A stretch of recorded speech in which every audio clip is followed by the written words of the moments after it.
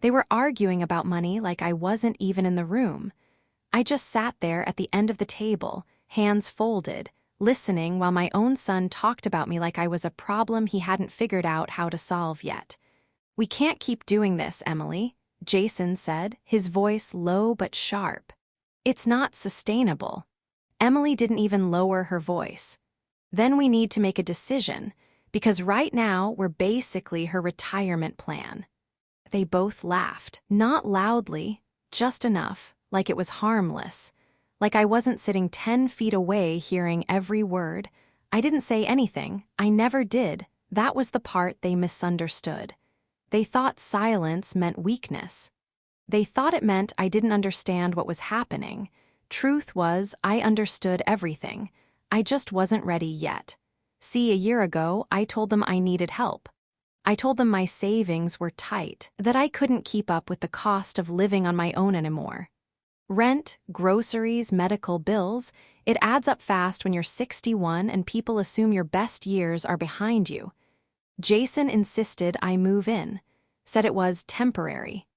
Said family takes care of each other. Emily smiled when he said it, that polite smile, the kind that doesn't reach the eyes. I noticed it right away, but I still packed my things. I still sold my condo. I still walked into their house like I had nowhere else to go. And from that moment on, everything shifted. Emily started managing everything. What I ate, when I did laundry, even how long I stayed in the living room at night. Subtle at first, then not so subtle. Jason changed too, not overnight, but slowly, like something was growing in him. Entitlement, irritation. He started making comments. Utilities are higher now. Groceries don't stretch like they used to. Always casual, always just loud enough, and always when Emily was around. They stopped asking me about my day, stopped including me in decisions, started talking around me instead of to me, like I was already fading out of the picture. At family gatherings, it got worse. Emily would joke about it. "We've got 3 adults in the house now," she'd say, smiling at their friends. "One of them doesn't pay rent." Everyone would laugh, I would too, just a small smile, just enough to keep things comfortable. But I watched. I listened. I paid attention to everything. Because what they didn't know was that none of this was accidental. I asked to move in, not because I had to, but because I needed to see something. I needed to know exactly who they were when they thought I had nothing left to offer, and the more they talked, the more they revealed. That night, sitting at that table, listening to them plan their next financial move, I realized something. They weren't just frustrated, they were getting comfortable. Comfortable enough to forget one simple truth. The life they were building wasn't really theirs, and they were about to find that out the hard way. I started noticing the patterns once they thought I stopped paying attention. It was not just the comments anymore. It was the decisions. The quiet little meetings at the kitchen island after dinner. The way Emily would pull out her laptop and Jason would lean in, both of them speaking in that low, controlled tone people use when they think someone nearby does not matter. I would sit in the living room, the television on, volume just high enough to seem distracted, but not high enough to miss a single word. "If we move forward with the expansion, we are going to need at least 200,000, Emily said one night. "We can leverage the house," Jason replied. "The equity is there." I almost smiled at that. The equity is there. That was his favorite line lately. He said it like it was his accomplishment, like he had built something solid with his own hands. I kept my eyes on the television, but my mind was somewhere else entirely. They were getting bold, talking about loans, talking about risk, talking about our future like it was already secured. And then came the part that told me everything I needed to know. "Once we stabilize, we can look at restructuring ownership," Emily said. "Make it cleaner, more efficient." Jason nodded. "Yeah, less complicated. Less complicated." That was the moment I realized they were not just using what they had. They were planning to take full control. And still, neither of them looked at me. Not once. Not even a glance to see if I was listening. That was their second mistake. The first mistake was assuming I needed them. The second was believing I did not understand the language of money. I spent 30 years building things they never even asked about. Quietly. Carefully. I never talked about it at family dinners. Never brought it up when Jason was younger and trying to prove himself. I let him believe he figured things out on his own, that his success came from his decisions, that his lifestyle was something he earned. I let him have that because I wanted to see what he would do with it, and now I was seeing it clearly. A few days later, Emily approached me with a smile that felt rehearsed. "Margaret, we have been going over some financial planning," she said, placing a folder on the table in front of me. "Just some updates, nothing complicated." I looked at the folder, then back at her. "What kind of updates?" I asked calmly. Jason stepped in before she could answer. "It is just restructuring stuff. Makes things easier long-term. You do not really need to worry about the details." I nodded slowly. Of course I did not. That was the role they gave me. The woman who needed help. The woman who should be grateful. The woman who signed things without asking questions. I reached for the folder, opened it, and began reading. Line by line, word by word. I felt them watching me now. For the first time in months, they were paying attention. Waiting, measuring my reaction. I kept my face neutral. No emotion, no hesitation, just quiet focus. And inside, something settled into place. Because what they handed me was not just paperwork. It was proof. Proof that they had crossed the line from assumption to action. Proof that they were ready to make their move. And most importantly, proof that they had no idea who they were really dealing with. I did not rush. That was the difference between me and them. They were eager. I was patient. I closed the folder slowly, placed it back on the table, and looked at both of them like I was still trying to catch up. "So this just makes things easier?" I asked. Emily nodded immediately. "Exactly. It simplifies ownership structures and future planning." Jason added, "It is just a formality, Mom. Nothing changes for you day to day." Nothing changes. I almost laughed. Everything they wanted to change was right there in those pages. Control of the house, control of the business accounts, decision-making authority quietly shifting into their hands under the language of efficiency. Clean, professional, dangerous. I leaned back slightly and gave them a small, polite smile. "I would like to take a little time to read through this," I said. Not too firm, not too soft, just enough to sound unsure. Emily hesitated for half a second. Jason did not like that answer. I could see it in the way his jaw tightened. "It is pretty straightforward," he said. "There is nothing complicated in there." I nodded again. "I am sure there is not, but I have the time. I would feel better looking at it carefully." Silence settled between us, not loud, but heavy. They did not expect resistance, not even a small one. That was their third mistake. They thought I would sign because I had always been agreeable, because I had never challenged them before, because I let them believe I needed their approval to feel secure. Emily recovered first. "Of course," she said, forcing that same polished smile. "Take your time." But her eyes shifted toward Jason. Quick, sharp, a silent conversation. I caught it. I always did. That night, I brought the folder into my room and read everything again, slower this time. Not just the main pages, but the fine print, the clauses most people skip, the parts written in careful legal language designed to look harmless. That was where the truth lived, and it was all there: transfer triggers, voting rights, financial authority thresholds. They were not just planning for the future, they were positioning themselves to take it, piece by piece, quietly, legally, completely. I set the papers down and sat there for a long time, not angry, not surprised, just clear in a way I had not felt in years, because now I knew exactly where the line was, and they had stepped right over it without even realizing it. The next morning, nothing changed on the surface. Emily made coffee. Jason checked his phone. I sat at the table like always. Calm, quiet, predictable. That was the role they were comfortable with. The version of me they understood. But inside, everything had shifted. Because now it was no longer about observing. It was about timing. I had what I needed. I had seen enough. And more importantly, I had let them show me who they really were when they thought I had nothing left. Jason finally looked up and asked, "So, what do you think about the paperwork?" I met his eyes just for a moment. Then I looked away, like I always did.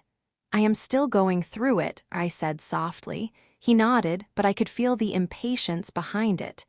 Emily added, "Just let us know if you have any questions." I smiled again. "I will." And that was the moment everything locked into place. They thought they were waiting on my decision. They had no idea I had already made mine. They started watching me after that, not openly, not in a way they would admit, but I could feel it. The small pauses when I walked into a room. The way conversations shifted just slightly when I sat down. Jason would glance at Emily, just for a second, like he was checking if she noticed something I had not said. It told me everything. They were getting nervous, not because I had done anything, but because I had not. I did not argue. I did not question them out loud. I did not push back the way they expected someone in my position should, and that made them uncomfortable. People like Jason and Emily understood resistance. They knew how to handle conflict. But silence made them guess, and guessing made them careless. A few days later, Emily tried again. Different approach this time, softer tone. "Margaret, I was thinking," she said while pouring coffee, "maybe we should sit down together and go over everything, just so you feel comfortable." I looked up at her, slow, thoughtful. "I appreciate that," I said, "but I am doing fine on my own." Jason stepped in quickly. "We just want to make sure everything is clear, no confusion later." There it was again, that word, clear. Clean, simple, they kept repeating it like it would make the truth easier to accept. I nodded once. "I understand." And then I let the silence stretch, just long enough to make them sit in it, just long enough for Emily to shift her weight and Jason to look away first. That was when I knew they were starting to feel it. Not fear, not yet, but pressure. That evening, I sat in my room and made a few calls. Quiet ones, short ones. The kind that do not draw attention. People I had worked with for years, people who did not need long explanations. They understood my voice before I finished my sentences. I did not tell them everything. I did not need to. I just asked them to review a few documents, to confirm a few assumptions, to prepare for a few possibilities. On the other end of those calls, there were no questions. Just calm, professional responses. "We will handle it. We will be ready." That was all I needed. Back downstairs, nothing had changed. Emily was scrolling through her phone. Jason was talking about numbers again, growth projections, expansion plans. He sounded confident, more confident than he should have been. "Once this goes through, everything will be different," he said. Emily smiled at him. "Better," she added. Better for them. That was always the part they forgot to say out loud. I sat down at the table, folded my hands and listened. Same as always. But this time, there was something different underneath it all. Not anger, not even disappointment, just certainty, because I could see the full picture now. Every decision they were making, every assumption they were building on, it all depended on one thing, me staying exactly where they believed I was, dependent, passive, unaware. I let them keep that version of me. I let them talk about timelines, about signing dates, about moving forward. And when Jason finally turned to me and said, "We should probably finalize everything soon," I gave him the same small, quiet smile. "Soon sounds fine," I said, and that was the moment they relaxed again. Just a little. Just enough. They thought they had me exactly where they wanted me. They thought the outcome was already decided. They had no idea they had just given me everything I needed to end it on my terms. They moved faster after that. not because they were ready, but because they thought I was. Jason started bringing it up every day now, not directly at first, just small reminders. We should not wait too long. Timing matters with these things. Opportunities do not stay open forever. He said it like he was giving advice, like he was helping me. Emily took a different approach. Softer, warmer. She started including me again, asking if I wanted tea, sitting next to me on the couch. Small gestures, carefully placed. Like she was trying to rebuild something that had never really been there. It was almost impressive. If I did not know better, I might have believed it. One afternoon, she sat across from me with that same folder, neatly organized, tabs added this time. I made it easier to follow, she said gently, just in case it felt overwhelming before. I looked at the tabs: ownership, transfers, authorization, clean labels, clean intentions. On the surface, I nodded slowly. That is very thoughtful. She smiled, relieved. Jason walked in right on time like they had planned it. So maybe we can just go through it together now? He asked. There it was again, the push, closer now, more direct.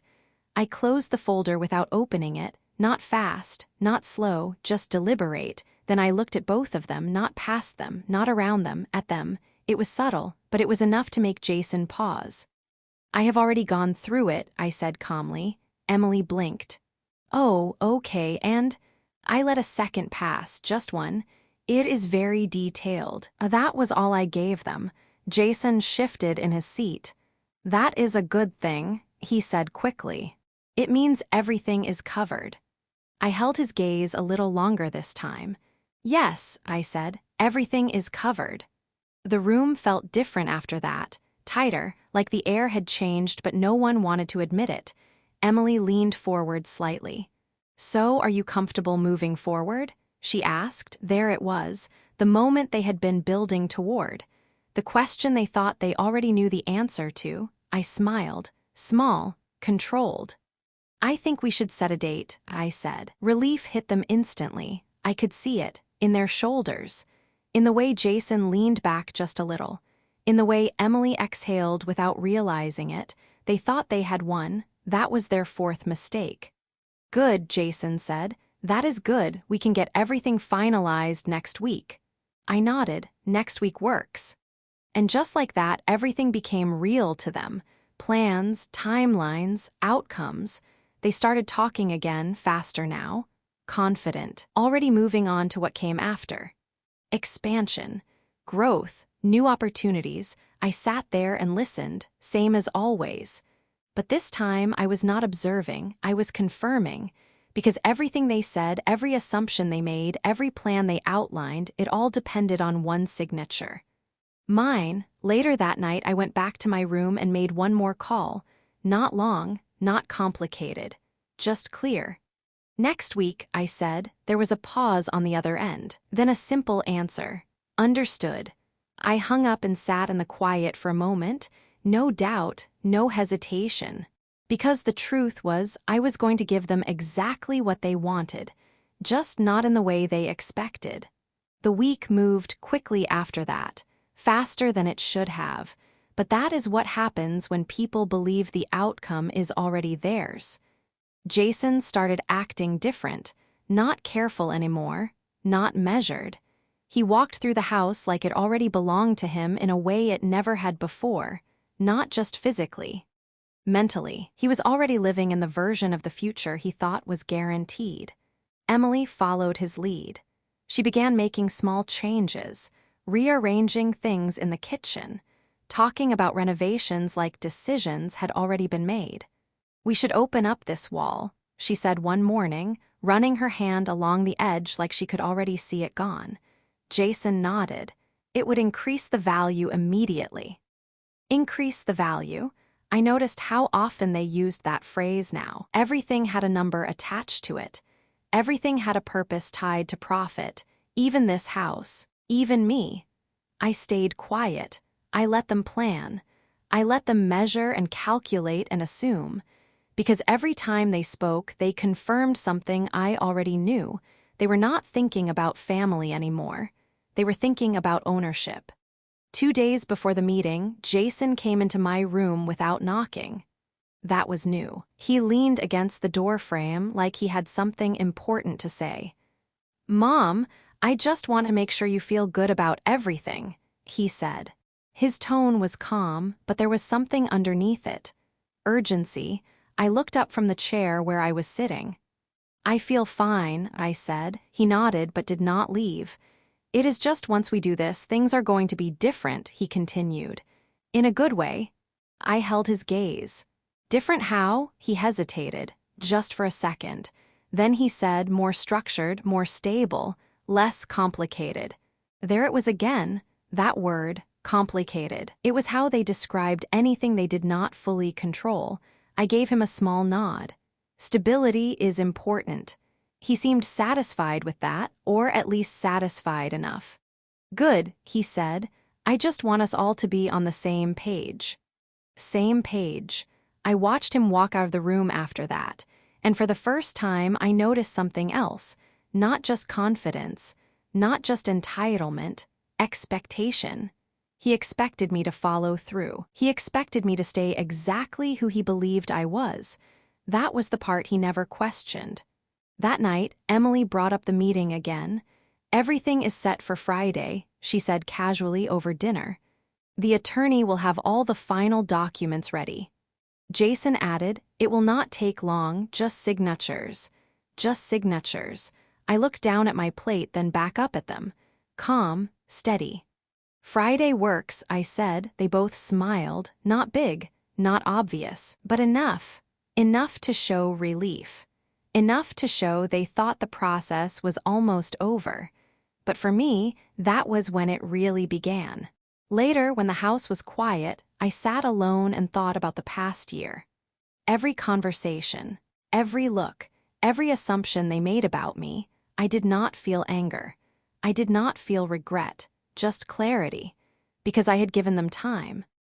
I had given them space to show me exactly who they were when they believed I had nothing left to offer.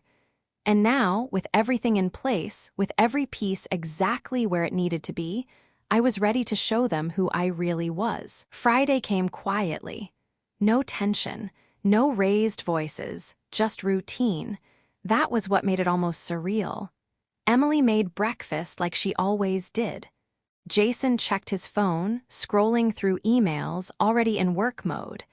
If someone walked in from the outside, they would have thought it was just another normal day. But it was not. Not for me. I had been ready for this moment long before they even knew it existed. We drove to the attorney's office just after 10 in the morning. Jason insisted on driving.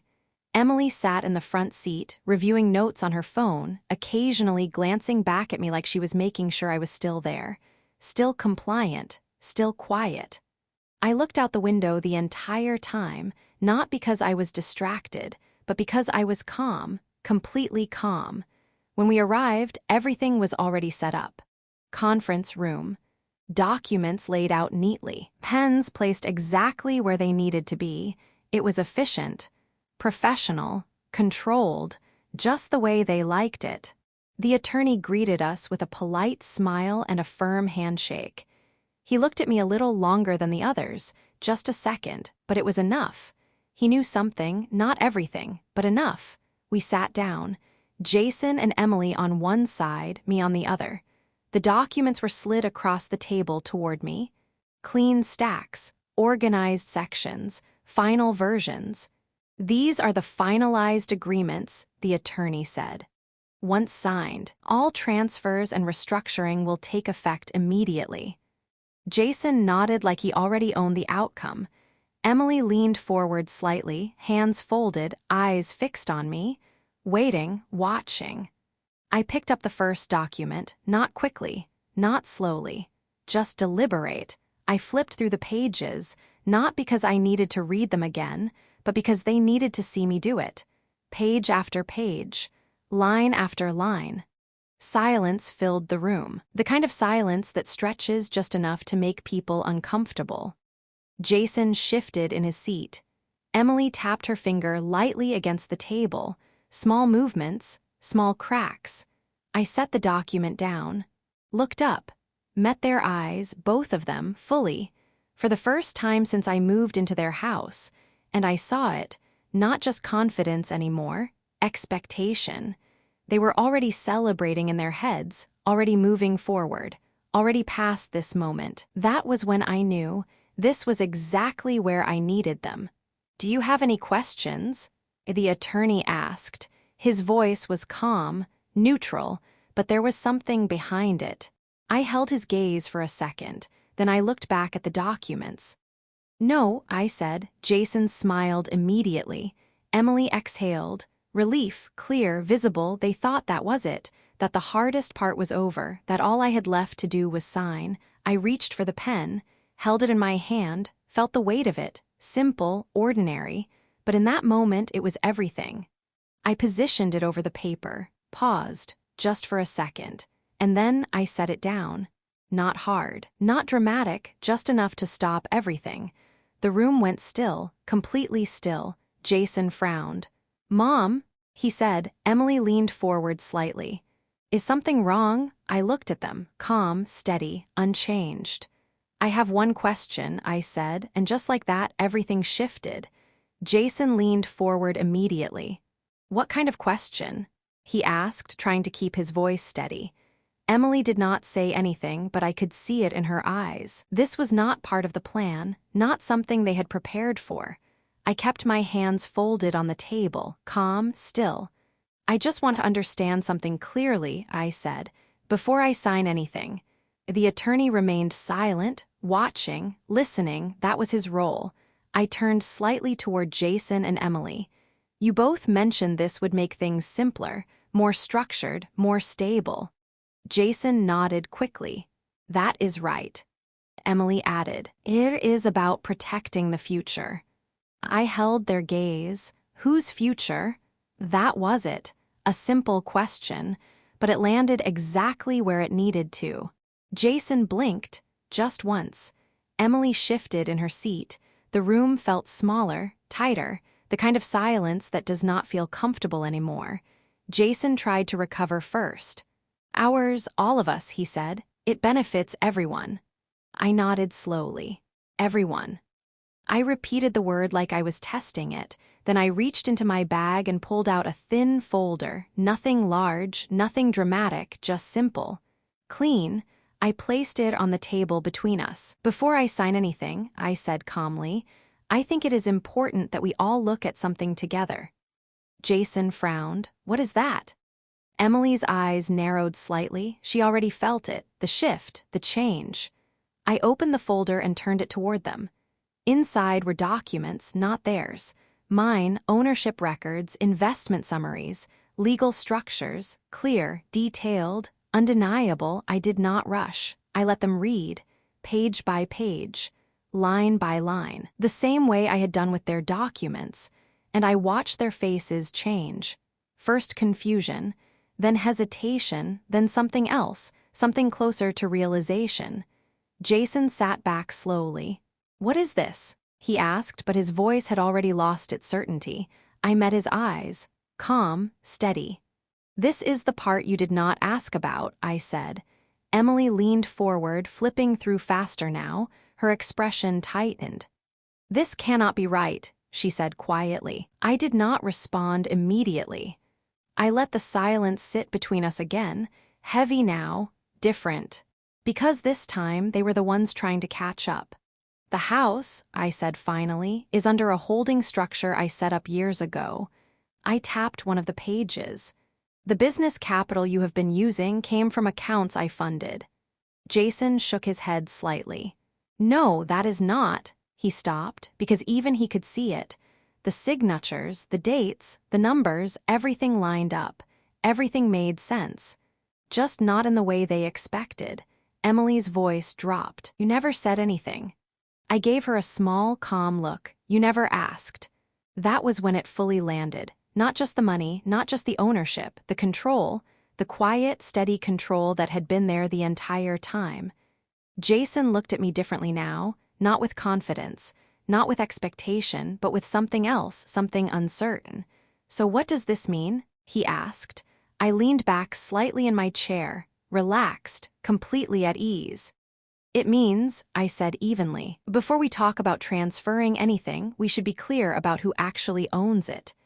And just like that, everything they thought they had already secured started slipping out of their hands. No one spoke for a long time after that. Not Jason, not Emily, not even the attorney. The room felt different now. Heavier, like the air itself had shifted sides. Jason looked down at the documents again, slower this time, like he was hoping he had missed something. "This does not make sense," he said finally, but there was no strength behind it anymore. Emily did not argue. She kept flipping through the pages, her movements sharper now, less controlled. She was searching for a way out, a detail, a mistake, something she could challenge. But there was nothing to challenge. Everything was there, clear, documented, final. I let them sit in it. The silence, the realization, the truth they had never even considered. "You said you needed help," Jason said, looking up at me again, but this time his voice was different. Not confident, not certain, just uncertain. I met his eyes calmly. "I said what I needed to say," I replied. That was the part he could not accept. Not the money, not the ownership. The fact that I had chosen not to explain myself. Emily finally stopped turning pages. She placed the documents down carefully, like they had weight now. "Why would you do this?" she asked, not angry. "Not yet, just confused." I held her gaze for a moment. "I wanted to see something," I said. "I wanted to understand who you both would become when you believed I had nothing left." Jason leaned back slowly, his expression tightening. "That is not fair," he said. "You tested us. I did not raise my voice. I did not argue. I gave you space," I said evenly. "And you showed me exactly what I needed to see." The attorney cleared his throat quietly, but he did not interrupt. He knew better. This was no longer about paperwork. This was about truth. Real truth. The kind that does not need explanation. Emily looked at Jason, then back at me. "So what happens now?" she asked. That question mattered, not because they deserved an answer, but because I had already decided one. I reached for their documents, the ones they had prepared so carefully, the ones they believed would change everything. I closed the folder and slid it back across the table toward them. "Nothing gets signed today," I said calmly. Jason's jaw tightened again. "You cannot just walk away from this," he said. I held his gaze, steady, unshaken. "I am not walking away," I said. "I am choosing not to give away what was never yours to take." That landed harder than anything else, not loud, not dramatic, just final. Emily sat back in her chair, quiet now, thinking, calculating. But this time, the numbers did not work in her favor. Jason looked at the table, then at the documents, then back at me. For the first time in a long time, he had nothing to say. And that was when I knew, not just that I had control, but that I had clarity. I stood up slowly, gathered my folder, and looked at both of them one last time, not with anger, not with disappointment, just with understanding. "I wanted to believe this would be different," I said. "But now I know." I turned to the attorney and gave him a small nod. "Thank you for your time." And then I walked out of the room. No rush, no hesitation, just quiet certainty. Because in the end, they thought they were building a future without me. They never realized I was the one who built it in the first place.